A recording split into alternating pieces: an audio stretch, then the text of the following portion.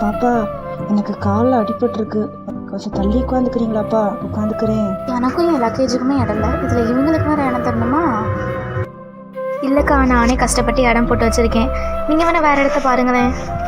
சரிப்பா. ஐயோ, நாளைக்கு மேக்ஸ் எக்ஸாம். லாஸ்ட் டைமே மேக்ஸில் ஃபெயில். இந்த வட்டம் மட்டும் மேக்ஸில் பாஸ் ஆகலைன்னா அம்மா அப்பா ரொம்ப ஃபீல் பண்ணுவாங்க.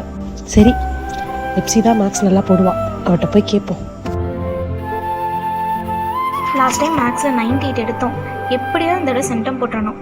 a+b² = a². FC, last time நான் மேக்ஸில் ஃபெயில். நீ தான் லாஸ்ட் டைம் 98 மார்க் வாங்கினல. இந்த வட்டம் நான் எப்படியாவது பாஸ் ஆகணும், நீ சொல்லி தெரியா? ஐயோ, இவளுக்கு சொல்லி கொடுத்தா இவன் நம்மளை விட நிறைய மார்க் எடுத்துருவாளே.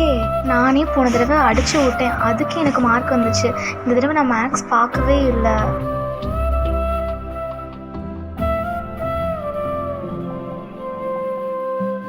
அவனவன் தனக்கானவைகளை அல்ல பிறனுக்கானவைகளையும் நோக்குவானாக.